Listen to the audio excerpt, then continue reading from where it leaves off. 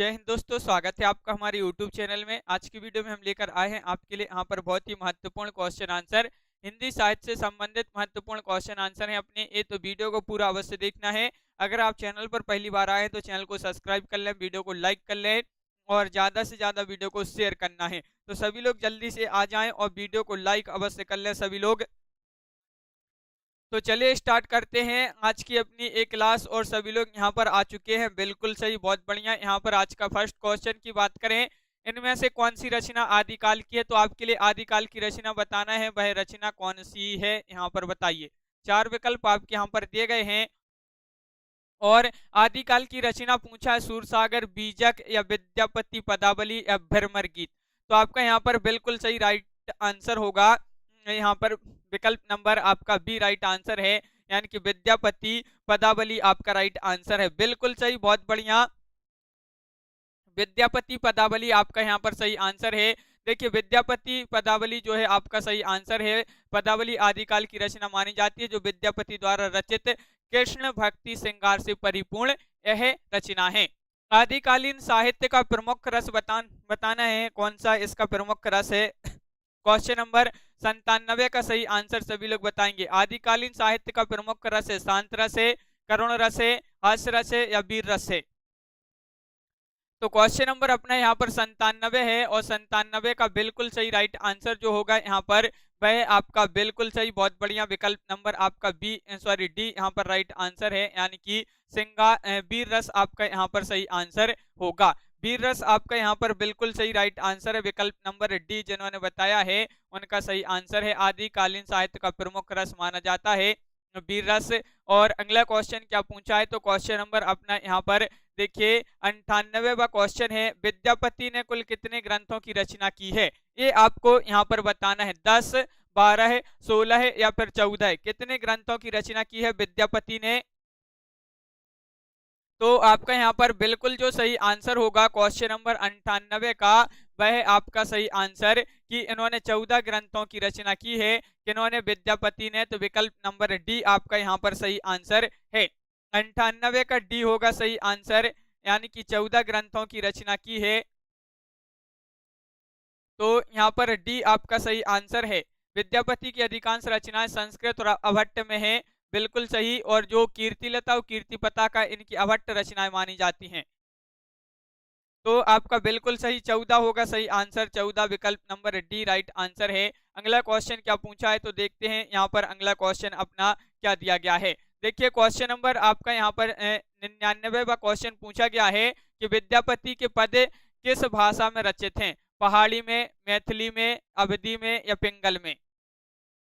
Question number 99 का सही answer बताना है। विद्यापति के पद किस भाषा में रचित हैं? बताइए। क्वेश्चन नंबर 99 है और इसका जो सही आंसर है वह क्या होगा सही आंसर?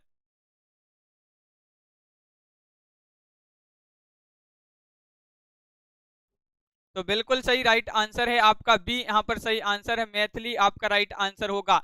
मैथिली आपका विकल्प नंबर बी राइट आंसर है। मैथिली। विद्यापति के पद किस भाषा में रचित हैं? तो मैथिली आपका सही आंसर होगा, बिल्कुल सही। अगला क्वेश्चन देखते हैं क्या पूछा गया है। अगला क्वेश्चन, विद्यापति की कौन सी रचना अभी तक संपादित होकर प्रकाशित नहीं हुई है? वह रचना बताना है। कीर्तिलता है, कीर्ति पताका है या पदावली है या इनमें से कोई नहीं है? क्वेश्चन नंबर अपना यहाँ पर 100 है और 100वां क्वेश्चन पूछा गया है, कौन सी रचना विद्यापति की अभी तक जो है संपादित होकर प्रकाशित नहीं हुई है? तो बिल्कुल सही राइट आंसर यहाँ पर बताया है कि विकल्प नंबर बी आपका सही आंसर है। कीर्ति पताका आपका राइट आंसर होगा, बिल्कुल सही। कीर्ति पताका विकल्प नंबर आपका यहाँ पर बी राइट आंसर होगा, बिल्कुल सही, बहुत बढ़िया। यहाँ पर सभी लोगों ने सही आंसर बताए हैं। क्वेश्चन नंबर 101 क्या पूछा है देख लेते हैं। देखिए, विद्यापति इनमें से किस रचना के आधार पर मैथिल कोकिल कहलाए? तो मैथिल कोकिल कहा जाता है विद्यापति को। तो किस रचना के आधार पर मैथिल कोकिल कहलाए विद्यापति, यहाँ पर आपको बताना है वह कौन सी रचना है। क्वेश्चन नंबर 101 का राइट आंसर बताना है, कौन सी रचना है जिसके आधार पर विद्यापति मैथिल कोकिल कहलाए? तो बिल्कुल सही राइट आंसर बताया है कि यहाँ पर विकल्प नंबर 1 सही आंसर है, पदावली। पदावली विकल्प नंबर 1 आपका सही आंसर होगा, बिल्कुल सही, बहुत बढ़िया। यहाँ पर सभी लोगों ने सही आंसर बताया कि पदावली आपका सही आंसर है। यहाँ पर क्वेश्चन नंबर पूछा है 102, क्या पूछा है कि देसिल बहिना सब जन मिट्ठा, यह जो प्रसिद्ध उक्ति है यह किसने कही है? ये उक्ति विद्यापति, अब्दुल रहमान, अमीर खुसरो या कवि गंग?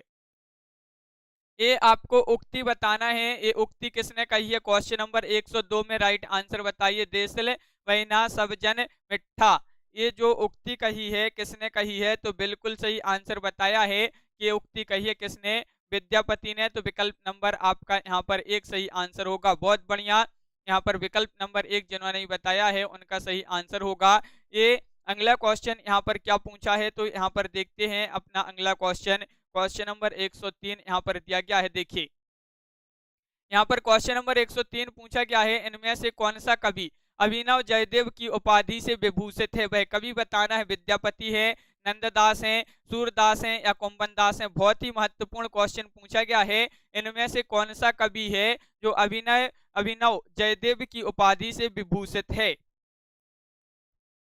क्वेश्चन नंबर 103 का सही आंसर बताना है। तो बिल्कुल सही आंसर बताया कि 103 का राइट आंसर है आपका विकल्प नंबर एक राइट आंसर है विद्यापति। विद्यापति आपका यहाँ पर सही आंसर होगा विकल्प नंबर एक। बहुत बढ़िया, सभी लोगों ने यहाँ पर सही आंसर बताए हैं। विद्यापति जो है इनको अभिनव जयदेव की उपाधि से विभूषित किया गया है। तो विकल्प नंबर एक आपका सही आंसर होगा। क्वेश्चन नंबर आपका यहाँ पर 104 पूछा है, ये आपका क्वेश्चन डबल हो गया कि अभिनव जयदेव के नाम से जाना जाता है, तो विद्यापति को जाना जाता है। बिल्कुल। अगला क्वेश्चन देखते हैं क्या पूछा गया है। क्वेश्चन नंबर 105 देख लेते हैं। निम्नलिखित में से कौन सा नाम नाथपंथी साधकों में शामिल नहीं है? भाई नाम आपके लिए बताना है, भाई कौन सा नाम है बताइए। क्वेश्चन नंबर 105 का सही आंसर बताना है, क्या होगा इसका राइट आंसर? कौन सा नाम नाथपंथी साधकों में शामिल नहीं है? तो क्वेश्चन नंबर 105 का सही आंसर है विकल्प नंबर आपका यहाँ पर बिल्कुल सही राइट आंसर होगा 105 का विकल्प नंबर सी राइट आंसर है, यानी कि कंडपा आपका यहाँ पर सही आंसर होगा। बिल्कुल सही, विकल्प नंबर सी यहाँ पर सभी लोगों ने राइट आंसर बताया है। बहुत बढ़िया, विकल्प नंबर सी राइट आंसर है। अगला क्वेश्चन क्या पूछा है? तो देखिए यहाँ पर पूछा गया है, देखिए कि निम्नलिखित में से किसका संबंध सिद्ध साहित्य में नहीं है? यहाँ पर भी आपसे नहीं पूछा है सिद्ध साहित्य में संबंधित नहीं है। सरहपा, सबरपा या कुकृपा या फिर गोपीचंद? क्वेश्चन नंबर अपना 106 है और बहुत ही महत्वपूर्ण क्वेश्चन पूछा गया है, किसका संबंध सिद्ध साहित्य में नहीं है? तो सिद्ध साहित्य में नहीं पूछा है, तो आपका सही आंसर होगा विकल्प नंबर यहाँ पर डी राइट आंसर है। गोपीचंद आपका राइट आंसर होगा। बिल्कुल सही, गोपीचंद आपका यहाँ पर राइट आंसर है। बहुत बढ़िया, गोपीचंद यहाँ पर सही आंसर है। ये जो है सिद्ध साहित्य में सम्मिलित इनका नाम नहीं है। अगला क्वेश्चन क्या पूछा है? तो क्वेश्चन नंबर आपका 107 पूछा है कि सरहपा का संबंध निम्न में से किससे है? सिद्ध साहित्य, रासो काव्य, नाथ साहित्य या फिर जैन साहित्य? बताइए क्या होगा इसका सही आंसर। क्वेश्चन नंबर 107 का राइट आंसर बताना है। सभी के कमेंट यहाँ पर देखते जा रहे हैं। और सरहपा का संबंध निम्न में से किससे है? तो बहुत ही सरल क्वेश्चन पूछा गया है और आपका राइट आंसर है सिद्ध साहित्य आपका सही आंसर होगा। बिल्कुल सही, सिद्ध साहित्य आपका राइट आंसर है। विकल्प नंबर एक जो है आपका यहाँ पर सही आंसर होगा। अगला क्वेश्चन देखते हैं क्या पूछा गया है। तो अपना अगला क्वेश्चन है क्वेश्चन नंबर 108 यहाँ पर दिया गया है कि नाथ पंथ के प्रणेता कौन थे? ये आपके लिए बताना है। तो बताइए, आदिनाथ थे, गोरखनाथ थे, मच्छंदर नाथ थे या चौड़कर नाथ थे?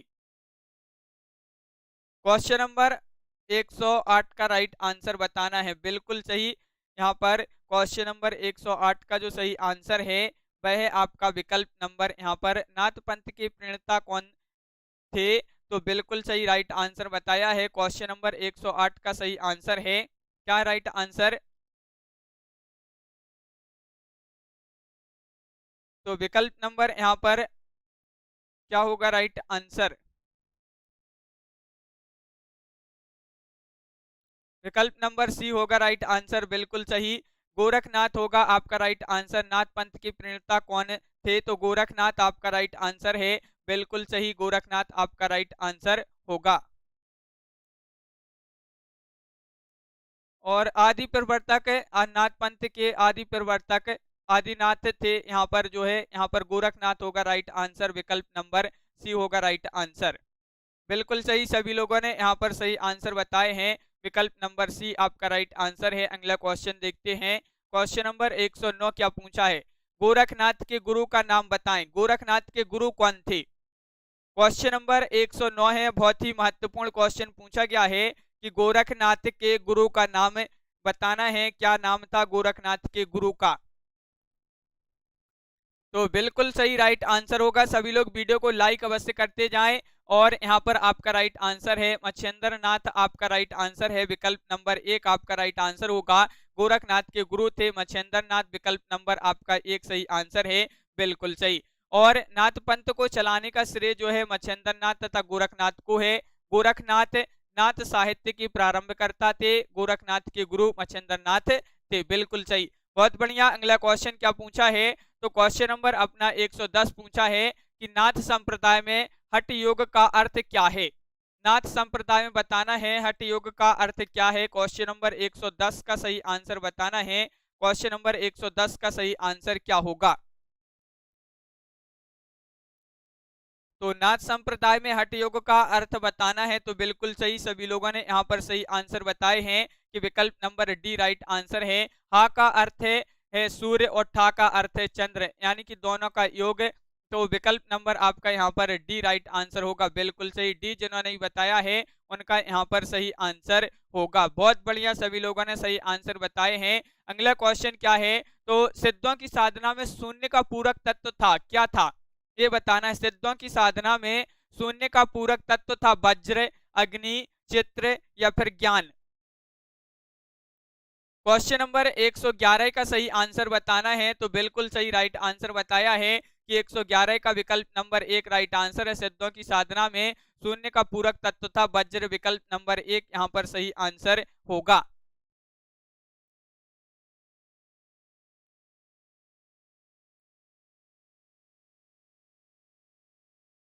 ज्ञान है आपका राइट आंसर, यहाँ पर इसमें भी जो है गलत दिया है।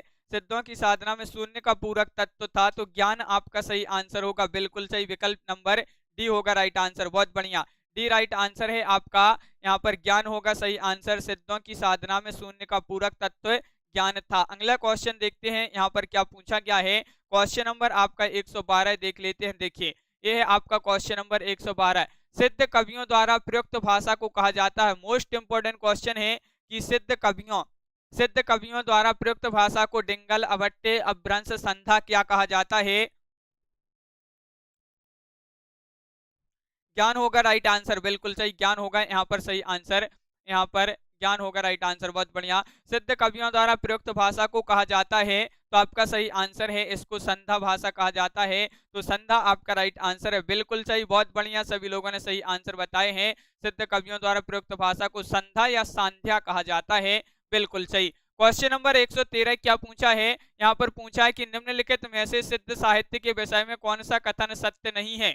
कौन सा कथन सत्य नहीं है सिद्ध साहित्य के विषय में, आपको बताना है। क्वेश्चन नंबर 113 का सही आंसर क्या होगा? सिद्ध साहित्य के संबंध में बताना है कि सिद्ध साहित्य के विषय में कौन सा कथन सत्य नहीं है, तो बिल्कुल सही राइट आंसर है, सिद्ध साहित्य का प्रणयन पिंगल भाषा में हुआ है, तो विकल्प नंबर डी आपका यहाँ पर सही आंसर होगा 113 का।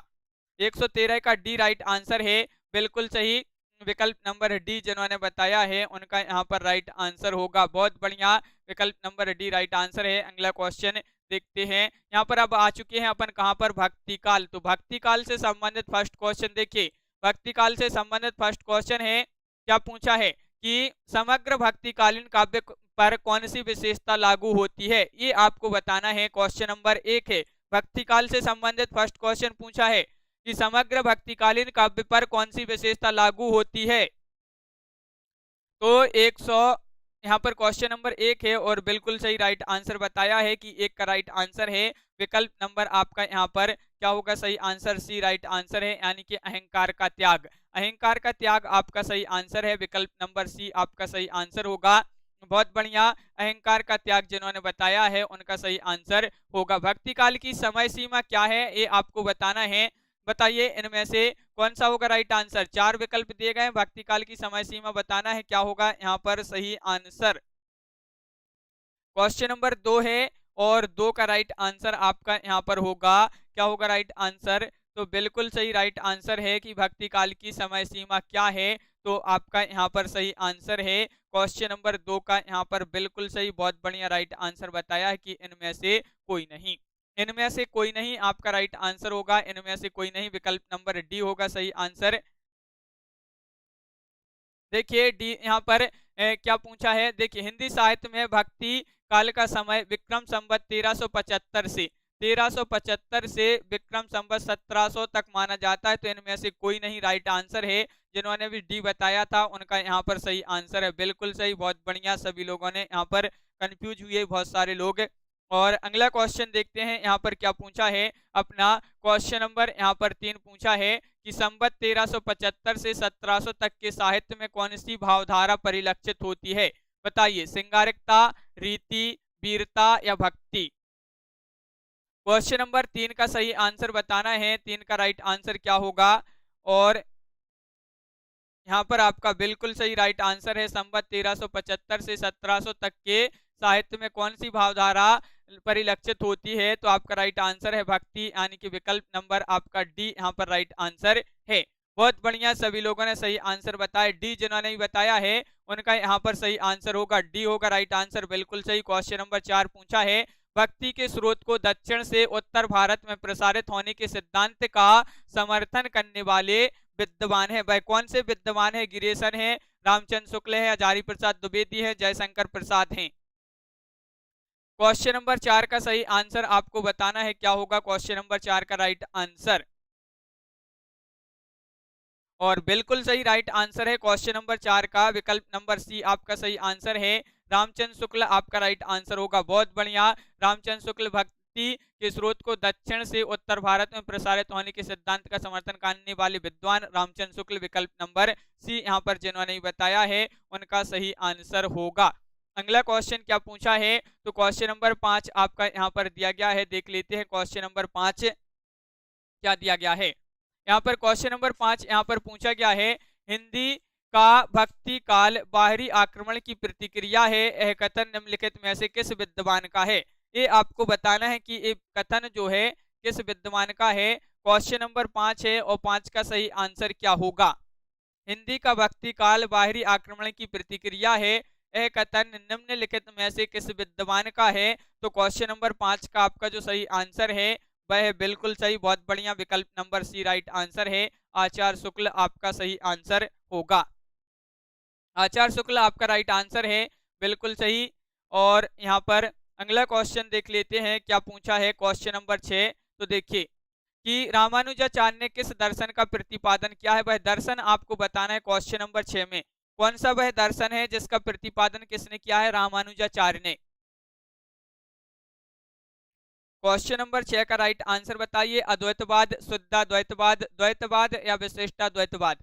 तो वह दर्शन कौन सा है, तो क्वेश्चन नंबर 6 का राइट आंसर होगा विकल्प नंबर सी, यानी कि विशिष्टाद्वैतवाद जो दर्शन है इसका प्रतिपादन किया है किसने, रामानुजाचार्य ने। तो विकल्प नंबर सी यहाँ पर बिल्कुल सही राइट आंसर बताया है, विकल्प नंबर सी जिन्होंने बताया है उनका सही आंसर है। बहुत बढ़िया, अगला क्वेश्चन देखते हैं क्या पूछा है यहाँ पर। क्वेश्चन नंबर यहाँ पर 7 पूछा है कि विशिष्टाद्वैतवाद के प्रतिपादक कौन थे, ये बताना है। तो विशिष्टाद्वैतवाद के प्रतिपादक कौन थे, तो वही क्वेश्चन पूछा गया है और बिल्कुल सही राइट आंसर है, क्वेश्चन डबल हो गया है, रामानुजाचार्य आपका सही आंसर है, विकल्प नंबर बी आपका यहाँ पर सही आंसर होगा। बहुत बढ़िया, अगला क्वेश्चन देखते हैं कि यहाँ पर क्वेश्चन नंबर 8 क्या पूछा गया है। आलवार भक्तों की संख्या बताना है, कितनी मानी गई है, 9, 20, 12 या 15 है।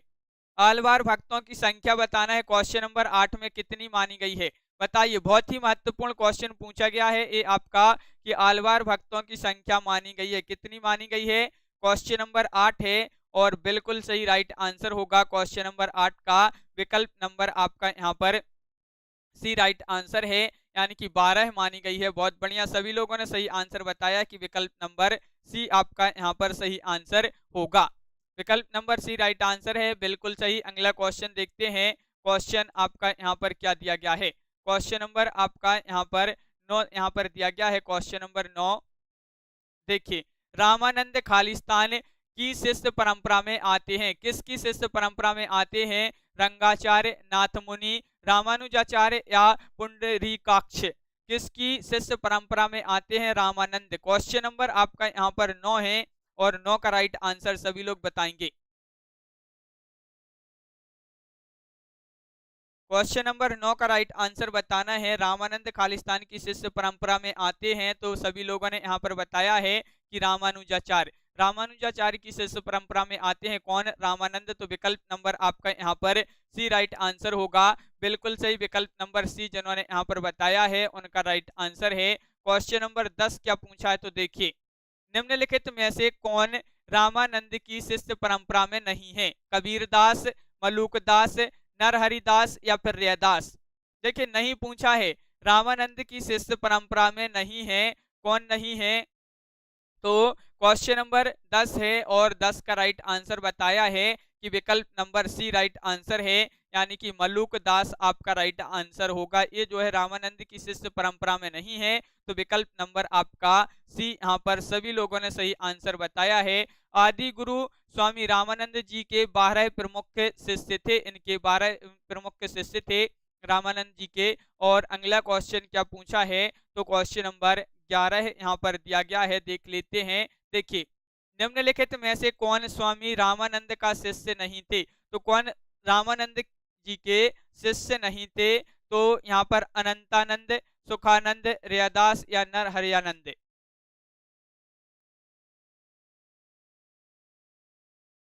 हाँ, तो क्वेश्चन नंबर 11 है और आपका यहाँ पर सही आंसर है स्वामी रामानंद के शिष्य नहीं थे। तो आपका सही आंसर है यहाँ पर विकल्प नंबर सी राइट आंसर होगा। नरहरियानंद आपका यहाँ पर सही आंसर है, विकल्प नंबर सी। बहुत बढ़िया, यहाँ पर विकल्प नंबर सी जिन्होंने ही बताया है उनका यहाँ पर सही आंसर होगा। विकल्प नंबर सी आपका राइट आंसर है। और अगला क्वेश्चन देखते हैं क्या पूछा गया है।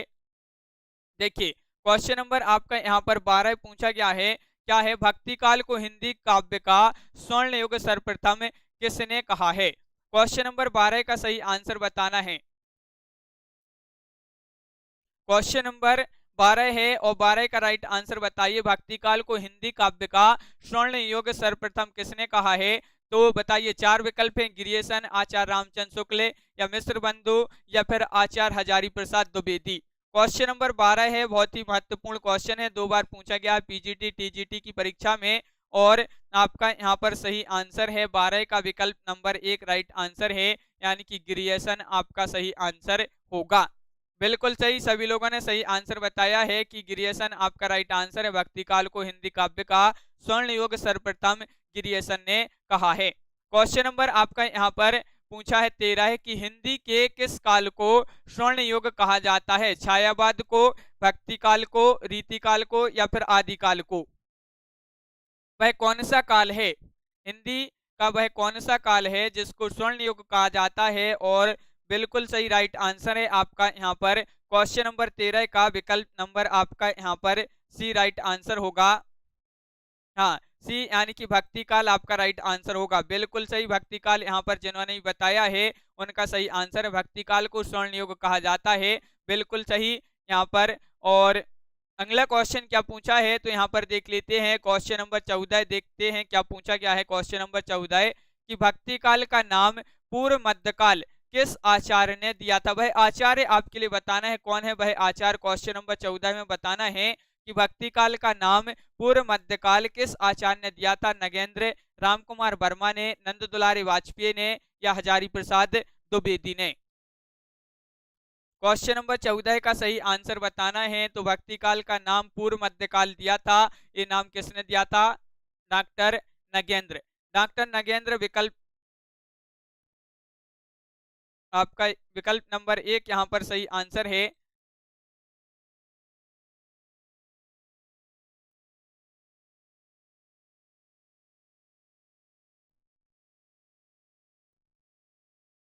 देखिए, डॉक्टर नगेंद्र द्वारा संपादित इतिहास में काल विभाजन का क्रम इस प्रकार है।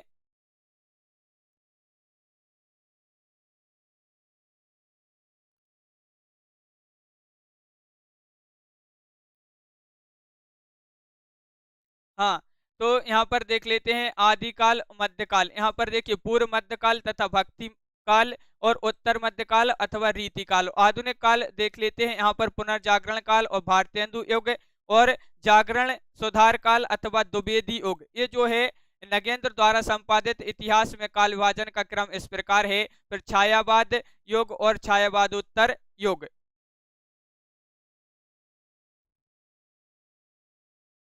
अगला क्वेश्चन क्या है, देखिए नावादास कृत भक्तमाल की भाषा बताना है। क्वेश्चन नंबर 15 है और 15 का सही आंसर बताना है। क्या होगा राइट आंसर?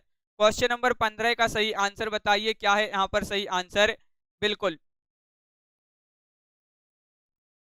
क्वेश्चन नंबर 15 का सही आंसर बताना है नावादास कृत भक्तमाल की भाषा क्या है। तो बिल्कुल सही राइट आंसर आपका यहाँ पर जो होगा क्वेश्चन नंबर 15 का विकल्प नंबर आपका यहाँ पर जो राइट आंसर है वह है विकल्प नंबर बी, यानी कि ब्रज भाषा आपका सही आंसर होगा। ब्रज भाषा होगा राइट आंसर, विकल्प नंबर बी बिल्कुल सही राइट आंसर बताया है। जिन्होंने भी बताया है उनका सही आंसर है बिल्कुल सही, सभी लोगों ने सही आंसर बताए हैं। क्वेश्चन नंबर 16 देखते हैं क्या पूछा है। तो यहाँ पर दिया गया है क्वेश्चन नंबर 16, देखिए यहाँ पर पूछा है भक्तमाल के रचनाकार कौन है। ये बहुत ही सरल क्वेश्चन है और महत्वपूर्ण क्वेश्चन भी है, तो सभी लोग बताएंगे जल्दी से कमेंट में। भक्तमाल के जो रचनाकार माने जाते हैं, रैदास माने जाते हैं, धर्मदास, नावादास या जीवादास। क्वेश्चन नंबर 16 का सही आंसर बताना है। तो बिल्कुल सही राइट आंसर होगा क्वेश्चन नंबर 16 का। बहुत बढ़िया यहाँ पर राइट आंसर बताया है कि विकल्प नंबर आपका यहाँ पर जो बी दिया है वह आपका सही आंसर है, नावादास। भक्तमाल की रचना का नावादास माने जाते हैं, बिल्कुल सही नावादास यहाँ पर जिन्होंने बताया है उनका सही आंसर है। क्वेश्चन नंबर 17 क्या है, देखिए नावादास द्वारा लिखित अष्टयाम किस भाषा में लिखी गई है, ये बताना है। ये छत्तीसगढ़ी, अवधी या फिर ब्रज भाषा या मालवी, कौन सी भाषा में लिखी गई है? नावादास द्वारा लिखित अष्टयाम किस भाषा में लिखी गई है, ये बताना है। क्वेश्चन नंबर है अपना यहाँ पर 17 है और 17 का बिल्कुल सही राइट आंसर आप लोगों ने बताया है कि विकल्प नंबर सी यहाँ पर सही आंसर होगा। सी यानी कि ब्रज भाषा आपका राइट आंसर होगा। अष्टयाम किस भाषा में लिखी गई है, तो ब्रज भाषा आपका विकल्प नंबर सी बिल्कुल सही, सभी लोगों ने सही आंसर बताया है। अब ये बताइए आपकी अष्टयाम के रचयिता कौन माने जाते हैं, यहाँ पर बताइए क्वेश्चन नंबर 18 में। अष्टयाम के रचयिता कौन है? सूरदास है, नावादास है, गोकुलनाथ है या फिर वल्लभाचार्य हैं। क्वेश्चन नंबर 18 का सही आंसर बताना है। तो क्वेश्चन नंबर 18 का राइट आंसर आपका जो यहाँ पर होगा वह होगा राइट आंसर बिल्कुल सही। अष्टयाम के रचयिता माने जाते हैं नावादास, अब भी पढ़ा था अपन ने। तो विकल्प नंबर सी आपका यहाँ पर सही आंसर होगा। विकल्प नंबर सी आपका सही आंसर है, बिल्कुल सही, बहुत बढ़िया। विकल्प नंबर सी जिन्होंने बताया है उनका सही आंसर है। अगला क्वेश्चन क्या पूछा है, तो क्वेश्चन नंबर 19 देख लेते हैं कि भक्तमाल के जो रचयिता नावादास हैं इनके गुरु का नाम बताइए। तो नावादास के गुरु का नाम था, क्या नाम था नावादास जी के गुरु का नाम? क्वेश्चन नंबर 18 का आंसर सभी लोग बताएंगे। यहाँ पर भक्तमाल के रचयिता नावादास के गुरु का नाम क्या था, तो बिल्कुल सही राइट आंसर है विकल्प नंबर आपका यहाँ पर 19 का जो राइट आंसर है वह विकल्प नंबर डी यानी कि अग्रदास। अग्रदास आपका यहाँ पर सही आंसर है। नावादास जी के गुरु थे अग्रदास जी, तो विकल्प नंबर यहाँ पर डी यहाँ पर बिल्कुल सही राइट आंसर यहाँ पर बताया है। अब यहाँ पर देख लेते हैं भक्ति काल में संत काव्य धारा। संत काव्य धारा से संबंधित महत्वपूर्ण क्वेश्चन है और संत काव्य धारा से संबंधित फर्स्ट क्वेश्चन क्या पूछा है, तो देखिए संत साधना का साहित्यिक रूप प्रारंभ हुआ है काशी से, प्रयाग या पंढरपुर या उज्जैन से। कहां से ये जो है साहित्यिक रूप प्रारंभ हुआ है संत साधना का? क्वेश्चन नंबर 1 है संत काव्य से संबंधित और बिल्कुल सही आंसर बताया है। ये संत साधना का साहित्यिक रूप जो प्रारंभ हुआ है काशी नहीं होगा यहाँ पर राइट आंसर, पंढरपुर आपका सही आंसर है। विकल्प नंबर सी राइट आंसर होगा पंढरपुर, बिल्कुल सही, पंढरपुर होगा सही आंसर। विकल्प नंबर सी राइट आंसर है, बहुत बढ़िया। यहाँ पर अधिकतर संत कवि जो है महाराष्ट्र से हुए हैं, संत साधना का साहित्यिक रूप भी महाराष्ट्र पंढरपुर से प्रारंभ हुआ है, तो विकल्प नंबर आपका सी राइट आंसर होगा, बिल्कुल सही, पंढरपुर होगा आपका सही आंसर। अगला क्वेश्चन देखते हैं क्या है, क्वेश्चन नंबर 2। ज्ञानश्री शाखा के प्रमुख कवि हैं, कौन है बताइए? रैदास हैं, गुरु नानक हैं, कबीरदास हैं, तुलसीदास हैं। क्वेश्चन नंबर 2 का राइट आंसर बताना है और 2 का राइट आंसर यहाँ पर आपका जो सही आंसर है वह क्या है? क्वेश्चन नंबर 2 का राइट आंसर बताइए। ज्ञानश्री शाखा के प्रमुख कवि हैं तो कौन है?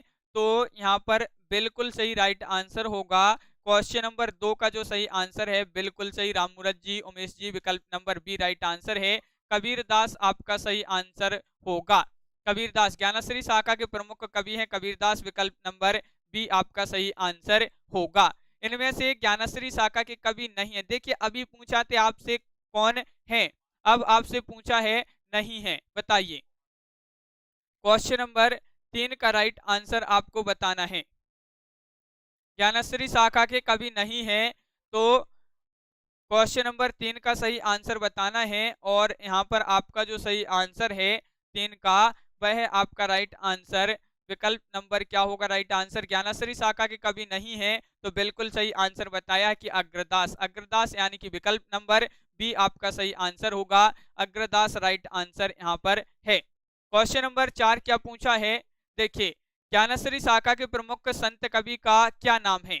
ज्ञानश्री शाखा के प्रमुख संत कवि का क्या नाम है? सूरदास है, कबीरदास, चंदबरदाई या विद्यापति? क्या नाम है ये पूछा है क्वेश्चन नंबर 4 में। क्वेश्चन नंबर 4 में बताना है आपके लिए और 4 का जो सही आंसर है वह है आपका सही आंसर। विकल्प नंबर आपका यहाँ पर सी राइट आंसर होगा, यानी कि कबीरदास आपका राइट आंसर होगा। बिल्कुल सही, कबीरदास आपका सही आंसर है। बहुत बढ़िया, विकल्प नंबर सी जिन्होंने बताया है उनका सही आंसर है। कबीरदास आपका राइट आंसर है। अगला क्वेश्चन क्या पूछा है? तो क्वेश्चन नंबर 5 देख लेते हैं। निम्नलिखित में से संत काव्य परंपरा के अंतर्गत न आने वाले कवि का नाम बताना है जो संत काव्य परंपरा के अंतर्गत नहीं आते हैं। कबीर, नानक, दादू दयाल या नंददास? नहीं आते पूछा है आपसे तो बिल्कुल सही राइट आंसर होगा। सभी लोग एक बार वीडियो को लाइक अवश्य कर लेंगे। यहाँ पर क्वेश्चन नंबर 5 है और एक बार वीडियो को लाइक अवश्य कर लें। और जो नहीं आते हैं वह नंददास हैं, तो विकल्प नंबर आपका डी यहाँ पर सही आंसर होगा। विकल्प नंबर डी राइट आंसर है, बिल्कुल सही, बहुत बढ़िया। अगला क्वेश्चन क्या है? क्वेश्चन नंबर 6 देख लेते हैं। निर्गुण संत कवियों में सर्वाधिक शास्त्रज्ञ और सुशिक्षित कौन थे? निर्गुण संत कवियों में सबसे सुशिक्षित कौन थे ये पूछा है आपसे। रज्जब, धर्मदास, सुंदरदास या फिर दादू दयाल?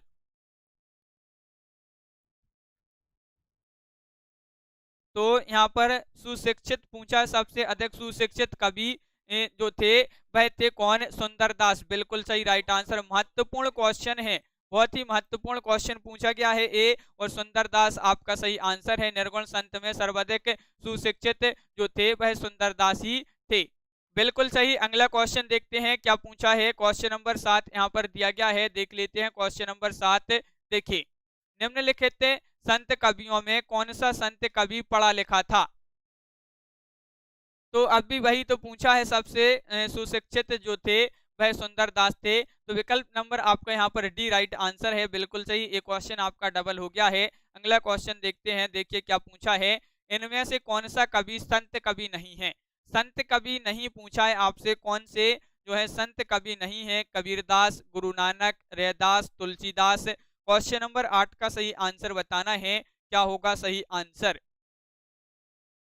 कौन सा कवि संत कवि नहीं पूछा है? तो बिल्कुल सही राइट आंसर है तुलसीदास, यानी कि विकल्प नंबर आपका डी राइट आंसर होगा। डी राइट आंसर होगा, तुलसीदास जिन्होंने बताया है यहाँ पर विकल्प नंबर डी, उनका यहाँ पर सही आंसर है। देखिए कबीर, रैदास, गुरु नानक, नामदेव, दादू दयाल, सुंदरदास, मलुकदास आदि ये जो है संत कवि माने जाते हैं, जबकि जो तुलसीदास जी हैं ये भक्ति काल की जो राम भक्ति धारा है इसके प्रमुख कवि माने जाते हैं तुलसीदास।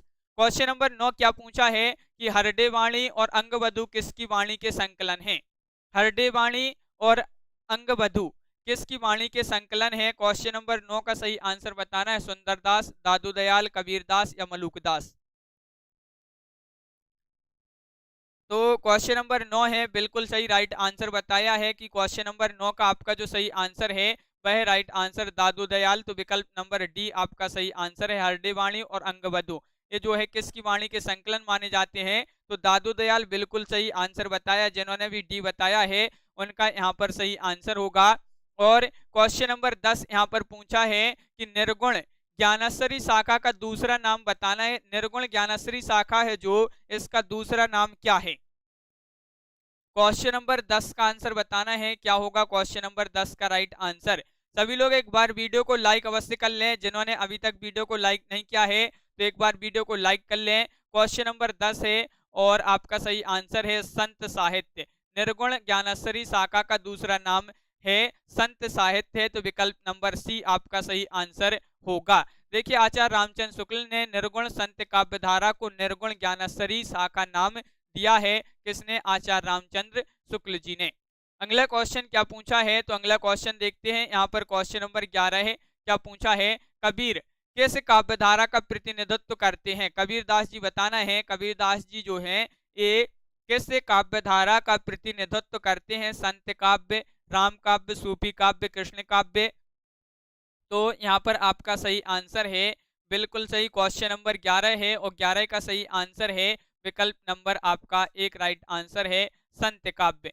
संत काव्य का प्रतिनिधित्व करते हैं कबीरदास जी, तो विकल्प नंबर आपका एक यहाँ पर सही आंसर है। सभी लोगों ने सही आंसर बताया है, बिल्कुल सही। अगला क्वेश्चन क्या है कि ज्ञान मार्गी शाखा के कवियों को किस नाम से पुकारा जाता है? मोस्ट इंपोर्टेंट क्वेश्चन है, बहुत ही महत्वपूर्ण क्वेश्चन पूछा गया है। जो ज्ञान मार्गी शाखा के कवि हैं इनको किस नाम से पुकारा जाता है? बताइए। क्वेश्चन नंबर 12 में बताना है और 12 का जो सही आंसर है बिल्कुल सही आंसर बताया है कि इनको पुकारा जाता है संत कवि के नाम से, तो विकल्प नंबर डी आपका यहाँ पर सही आंसर होगा। यानी कि संत कवि के नाम से पुकारा जाता है। ज्ञान मार्गी शाखा के जो कवि हैं इनको संत कवि के नाम से पुकारा जाता है, बिल्कुल सही। क्वेश्चन नंबर 13 देख लेते हैं। क्या पूछा है? संत काव्य नाम किसने दिया है? संत काव्य ये जो नाम दिया है किसने दिया है ये आपको बताना है क्वेश्चन नंबर 13 में। क्या होगा इसका सही आंसर? क्वेश्चन नंबर 13 में क्या है इसका सही आंसर कि संत काव्य नाम किसने दिया है? तो आपका यहाँ पर जो सही आंसर है वह है आपका राइट आंसर विकल्प नंबर यहाँ पर क्वेश्चन नंबर 13 का सी राइट आंसर है। राम कुमार वर्मा ने ये नाम दिया है, विकल्प नंबर आपका सी यहाँ पर राइट आंसर होगा, बिल्कुल सही। संत काव्य नाम राम कुमार वर्मा जी ने दिया है, तो विकल्प नंबर सी आपका राइट आंसर होगा। क्वेश्चन नंबर 14 की बात करें। क्या पूछा गया है यहाँ पर कि जो निम्नलिखित विकल्पों में से जो संत काव्य की विशेषता नहीं है उसे छांटिए। वह कौन सी संत काव्य की विशेषता नहीं पूछा है आपसे यहाँ पर, तो कौन सी नहीं है बताइए। क्वेश्चन नंबर 14 में संत काव्य की विशेषता नहीं बताना है, तो आपका यहाँ पर बिल्कुल जो सही आंसर है वह है आपका राइट आंसर क्वेश्चन नंबर 14 का विकल्प नंबर सी राइट आंसर है। सी यानी कि सगुण ईश्वर की उपासना, ये जो है क्या है संत काव्य की विशेषता नहीं है, तो विकल्प नंबर आपका यहाँ पर सही राइट आंसर होगा। सगुण ईश्वर की उपासना संत काव्य की विशेषता नहीं है, बिल्कुल सही राइट आंसर बताया है। और अगला क्वेश्चन क्या है? ये जो है संत काव्य ये शेष विशेषताएं जो है संत काव्य की विशेषताएं मानी जाती हैं, लेकिन जो सगुण ईश्वर की उपासना है ये नहीं मानी जाती है। अगला क्वेश्चन देखते हैं क्या पूछा है। क्वेश्चन नंबर अपना 16वां क्वेश्चन यहाँ पर दिया है, देखिए। आचार्य रामचंद्र शुक्ल ने भक्ति काल के निम्नलिखित कवियों में से किसे सबसे कम महत्व प्रदान किया था? आचार्य रामचंद्र शुक्ल जी ने, ये बताना है आपके लिए। आचार्य रामचंद्र शुक्ल ने भक्ति काल के निम्नलिखित कवियों में से किसे सबसे कम महत्व प्रदान किया था? तो बिल्कुल सही राइट आंसर है, सबसे कम महत्व प्रदान किया था रामचंद्र शुक्ल जी ने कबीरदास जी को, तो विकल्प नंबर आपका यहाँ पर सी राइट आंसर होगा। विकल्प नंबर सी आपका सही आंसर है, बिल्कुल सही। सभी लोगों ने सही आंसर बताया है कि विकल्प नंबर सी आपका यहाँ पर सही आंसर है। क्वेश्चन नंबर 17 क्या पूछा है, तो देख लेते हैं। क्वेश्चन नंबर 17 है, भाषा बहुत परिष्कृत और परिमार्जित न होने पर भी कबीर की उक्तियों में कहीं कहीं विलक्षण प्रभाव और चमत्कार है। प्रतिभा उनमें प्रखर थी, इसमें संदेह नहीं। पंक्तियों के लेखक आपको बताना है क्वेश्चन नंबर 17 में। इन पंक्तियों के जो लेखक हैं डॉक्टर नगेंद्र हैं, राममूर्ति त्रिपाठी हैं, या हजारी प्रसाद द्विवेदी हैं, या रामचंद्र शुक्ल जी हैं। इन पंक्तियों के आपको लेखक बताना है, तो बिल्कुल सही आंसर बताया है कि इन पंक्तियों के जो लेखक हैं वह हैं कौन। तो राइट आंसर है विकल्प नंबर डी, यानी कि रामचंद्र शुक्ल आपका सही आंसर है। विकल्प नंबर डी आपका सही आंसर होगा। बिल्कुल सही, विकल्प नंबर डी जिन्होंने बताया है उनका सही आंसर है। और अगला क्वेश्चन देखते हैं क्या पूछा है। क्वेश्चन नंबर 18वां क्वेश्चन है कि सदुक्कड़ी भाषा से तात्पर्य क्या है। सदुक्कड़ी भाषा से तात्पर्य आपको बताना है। क्वेश्चन नंबर 18 में महत्वपूर्ण क्वेश्चन है अपना यहाँ पर क्वेश्चन नंबर 18। और सभी लोग वीडियो को लाइक भी अवश्य करते जाएं जिन्होंने अभी तक वीडियो को लाइक नहीं किया है। क्वेश्चन नंबर 18 पूछा है कि सदुक्कड़ी भाषा से तात्पर्य क्या है। तो बिल्कुल सही आंसर होगा कि सदुक्कड़ी भाषा से आशय है जिसमें अनेक प्रांतीय भाषाओं बोलियों के शब्दों का मिश्रण हो। ये जो है सदुक्कड़ी भाषा से तात्पर्य है कि जिसमें अनेक प्रांतीय भाषाओं और बोलियों के शब्दों का मिश्रण हो। बिल्कुल सही, विकल्प नंबर आपका यहाँ पर सी होगा राइट आंसर। विकल्प नंबर सी जिन्होंने ही बताया है उनका यहाँ पर सही आंसर है। बहुत बढ़िया, विकल्प नंबर सी राइट आंसर है। अगला क्वेश्चन देखते हैं क्या पूछा गया है। क्वेश्चन नंबर आपका यहाँ पर 19 है कि अजगर करे न चाकरी पंछी करे न काम, किसने कहा है। ये किसने कहा है क्वेश्चन नंबर 19 है और 19 का सही आंसर बताना है। 19 का राइट आंसर बताना है क्या होगा सही आंसर। अजगर करे न चाकरी पंछी करे न काम। क्वेश्चन नंबर अपना यहाँ पर है 19 का सही आंसर सभी लोग बताएंगे क्या होगा सही आंसर। तो बिल्कुल सही राइट आंसर है यहाँ पर मलूक दास आपका राइट आंसर होगा। विकल्प नंबर आपका डी यहाँ पर सही आंसर है। मलूक दास जिन्होंने बताया है उनका यहाँ पर सही आंसर है। बिल्कुल सही राइट आंसर बताया है। अजगर करे न चाकरी पंछी करे न काम, दास मलूका कहे गए सबके दाता राम। ये जो है किसने कहा है, तो मलूक दास आपका सही आंसर है। अगला क्वेश्चन क्या है, ज्ञानबोध किसकी रचना है। क्वेश्चन नंबर 20 है और बहुत ही महत्वपूर्ण क्वेश्चन पूछा गया है। सुंदरदास, मलूक दास या रज्जब जी या इनमें से कोई नहीं। क्वेश्चन नंबर 20 का सही आंसर बताइए क्या होगा राइट आंसर। ज्ञानबोध किसकी रचना है, महत्वपूर्ण क्वेश्चन है और इसका जो सही आंसर है वह आपका राइट आंसर।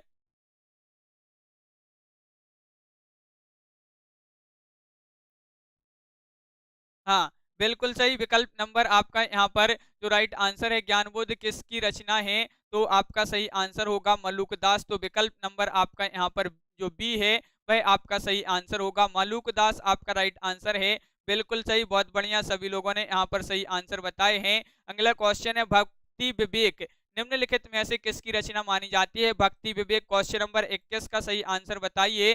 भक्ति विवेक किसकी रचना मानी जाती है, मलूक दास, नाभादास, सुंदरदास या फिर दादू दयाल। क्वेश्चन नंबर 21 है। सभी लोग वीडियो को लाइक अवश्य कर लें, बहुत ही कम लोगों ने वीडियो को लाइक किया है यहाँ पर।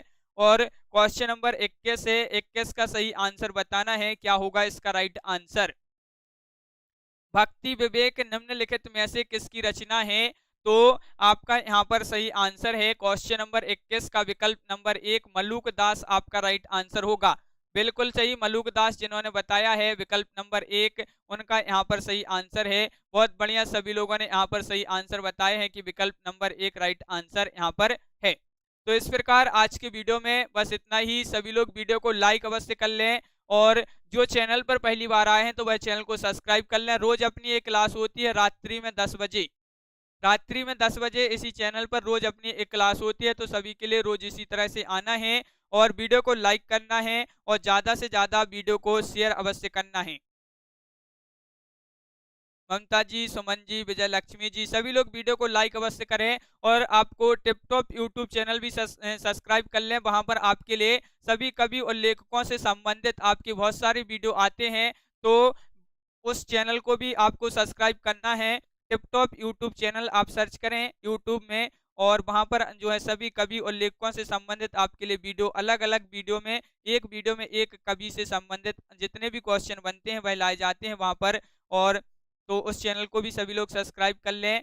श्याम धन जी और पूजा जी, स्वतंत्र गुप्त जी, बीनू जी, राम मुरत जी, लवली ठाकुर जी, अखिलेश जी, हरी जी, मनीषा जी, ज्योति जी, बच्चन जी, ममता जी, अखिलेश जी, मनु जी, मनीषा गिल जी, नेहा जी, सुमन जी, लवली ठाकुर जी, डॉली सेठ जी, बीनू जी, पूजा वर्मा जी और अभिलाषा जी, इनकरेक्ट बॉय जी और मनीषा जी। बिल्कुल, सभी के लिए बहुत-बहुत धन्यवाद। रिंकी जी, गीतिका जी, तनु जी, जयदीप जी, हरि जी, देव जी, संजय जी और दिग्विजय जी, अरविंद जी, बिल्कुल, प्रमोद जी, बच्चन जी, माया राम जी और पूर्णिमा जी, बिल्कुल। सभी के लिए बहुत-बहुत धन्यवाद। किरण जी, तनु जी, सभी लोग चैनल को सब्सक्राइब अवश्य कर लें। तो आज की वीडियो में बस इतना ही।